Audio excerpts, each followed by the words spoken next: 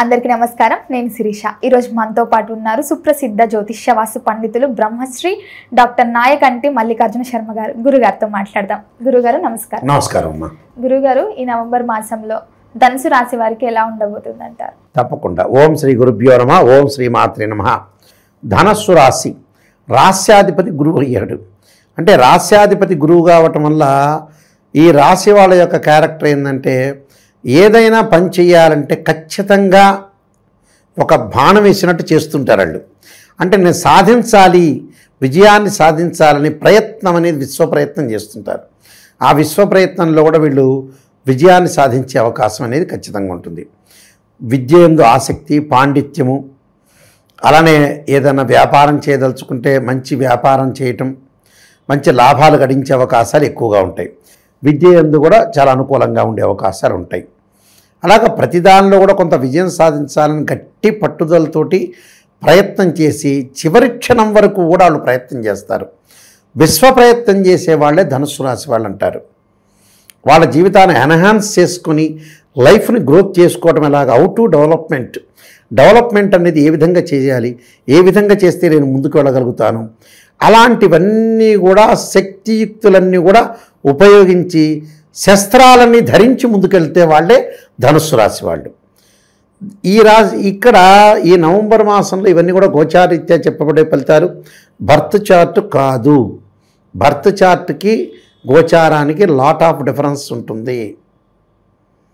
What is the difference between transit system and birth chart అంటే, birth chart అంటే ఒక చెట్టుకుండి కింద వేళ్ళని బర్త్ చార్ట్ అంటారు. వేళ్ళు ఉంటాయి చూసారా, వేళ్ళు ఏంటి, శాశ్వతం, పర్మనెంట్. వాటికి నీళ్ళు పోస్తుంటే వేళ్ళు ఎదుగుతుంటే చెట్టు పైకి వస్తాయి. ఆ వేళ్ళే బర్త్ చార్ట్. పైన చెట్టు వస్తుంది కదా, చెట్టు ఆకులు వస్తుంటాయి చూసారా, జువాలజీ ప్రకారంగా. ఈ ఆకులు ఏంది, బయాలజీ ప్రకారం ఈ ఆకులు అంటే ఏమిటి అని అంటే, ప్రతి నెలలో కూడా అంటే కొన్ని సంవత్సరాల పాటు వర్షాకాలంలో ఆకులు వస్తుంటాయి. అలానే వింటర్ సీజన్లో ఉంటుంది, సమ్మర్ సీజన్లో ఉండవు, సమ్మర్ సీజన్లో కింద పడిపోతుంటాయి.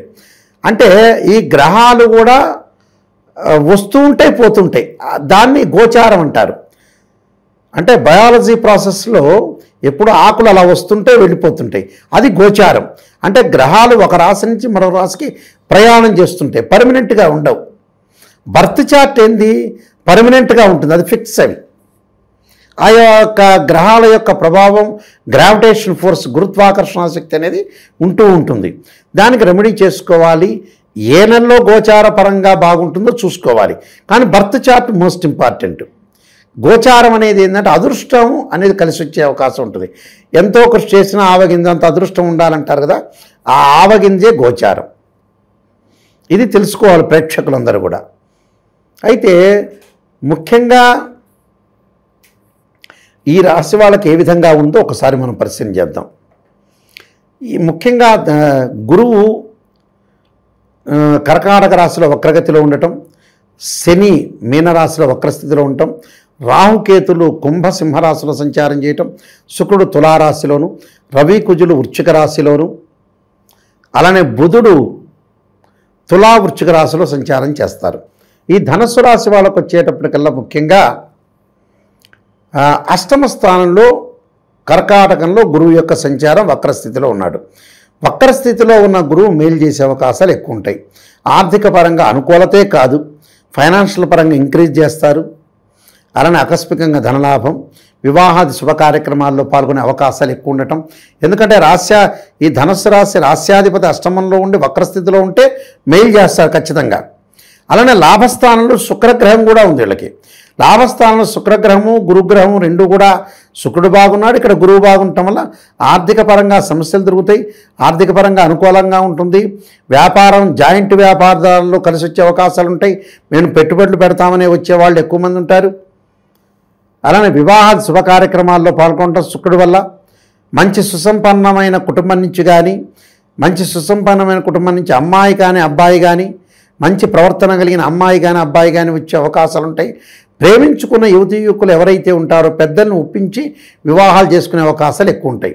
వాహనాలు కొనుగోలు చేసే అవకాశాలు ఎక్కువగా ఉంటాయి వీళ్ళకి. సో గురువు శుక్రుడు చాలా బాగున్నాడని చెప్పుకోవచ్చు ధనుసు రాశి వాళ్ళకి. అలానే శని యొక్క ప్రభావం, శని చతుర్థ స్థానంలో ఉండి వక్రస్థితిలో ఉండటం వల్ల ధనధాన్య వృద్ధి కలిగే అవకాశాలు ఎక్కువ ఉంటాయి. అంటే ఆర్థిక పరంగా లావాదేవీలు బాగుంటాయి, అన్నదమ్ముల మధ్యలో సఖ్యత ఉంటుంది, ఇచ్చిపుచ్చుకోవటాలు ఉంటుంది, అక్కచెల్లెల మధ్యలో కూడా బాండింగ్ పెరగటం, అన్నదమ్ముల మధ్యలో కూడా బాండింగ్ పెరిగే అవకాశాలు ఎక్కువ ఉంటాయి. అంటే కోర్టు సమస్యలు కూడా పరిష్కారం జరగటం, పిత్రార్జితం కలిసి వచ్చే అవకాశాలు కూడా బాగా ఎక్కువ ఉంటాయి. సో శనిగ్రహం కూడా బాగున్నాడు. రాహు వల్ల విదేశాలకు వెళ్ళటం, ఇక్కడ ఎవరైతే కంపెనీలో పనిచేస్తున్నారో చాలా కాలం నుంచి విదేశాలకు వెళ్ళాలనుకున్న వ్యక్తులు విదేశాలకు వెళ్ళే అవకాశాలు ఎక్కువగా ఉంటాయి. కాబట్టి విద్యార్థులకు కూడా అనుకూలమైన కాలం, అధిక శ్రద్ధతోటి విద్యార్థులు చదివే అవకాశాలు ఎక్కువగా ఉంటాయి. కాబట్టి ఇక రియల్ ఎస్టేట్ రంగం వాళ్ళకే చిన్న చిన్న మార్పులు, గొడవలు ఇలాంటి సంఘటన జరుగుతుంటాయి. అంటే ఆరోగ్యపరంగా కొంత ఇబ్బందులు లేకుండా చూసుకోవాలి. అదొకటే. అంటే ఇళ్ళు కొనుగోలు చేసేటప్పుడు, పొలాలు కొనుగోలు చేసేటప్పుడు మటుకు బహు జాగ్రత్తగా ఉండాలి. వాళ్ళతో వివాదాలకి కొని తెచ్చుకోకుండా, ఏదైనా వస్తువు కొనుగోలు చేస్తే కూడా గొడవలు రాకుండా చూసుకోవటం ఇంపార్టెంట్. అంటే ప్రతి పనిలో కూడా కొద్ది జాగ్రత్తగా ఆలోచన చేసి ముందుకెళ్తే మంచి జరిగే అవకాశాలు ఎక్కువ ఉంటాయి. అంటే రవి కుజుడు కొద్దిగా అనుకూలంగా లేడు. ఉద్యోగపరంగా కూడా ఇంక్రీజ్ అవుతుంటుంది, కానీ బట్ ఎవరితోనో వాళ్ళతో కొన్ని లావాదేవీల్లో గొడవలు జరుగుతుంటాయి. అంటే డిఫరెన్స్ ఆఫ్ ఒపీనియన్స్, ఏ ఇద్దరు మనుషులు కూడా కలిసే సూచనలు చాలా తక్కువ ఉంటాయి. ప్రపంచంలో రేపటి రోజుల్లో అదే జరుగుతుంటుంది.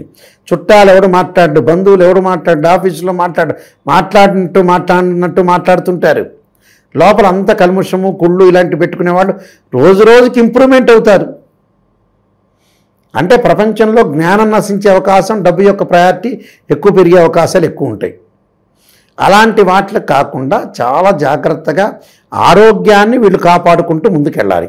బీపీ, షుగర్ ఉన్నవాళ్ళు వాహన ప్రమాదాలు జరగకుండా ఆరోగ్యాన్ని కాపాడుకుంటూ ధనుస్సు రాశి వెళ్ళటం మంచిది. మిగతావన్నీ బాగుంటాయి వాళ్ళకి.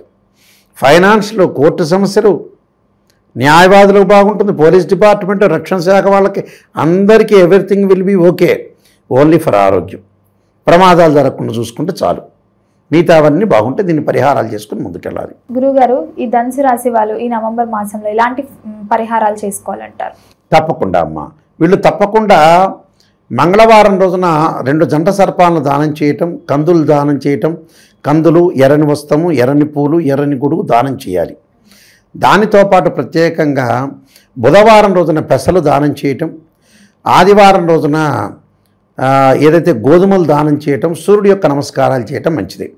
ఆదిత్యాయుధే సహస్రకిరణాయ ధీమే తన్నో సూర్య ప్రచోదయాత్ అనే మంత్రాన్ని, తత్పురుషాయుధే మహాసేనాయ ధీమే తన్నో షణ్ముఖ ప్రచోదయాత్ అనే మంత్రాన్ని, అలా లలితా సహస్రనామ పాలనం చేయటం, ఓం నమ శివాయ పంచాక్షరి చేయటం వల్ల కూడా ఈ నవంబర్ మాసంలో మంజరి అవకాశాలు ఖచ్చితంగా ఉంటాయమ్మా. మొత్తం మీద గురూజీ, ఈ నవంబర్ మాసంలో ధనుసు రాశి వారికి ఎలా ఉండబోతుందో తెలియజేసినందుకు ధన్యవాదాలు. నమస్కారం.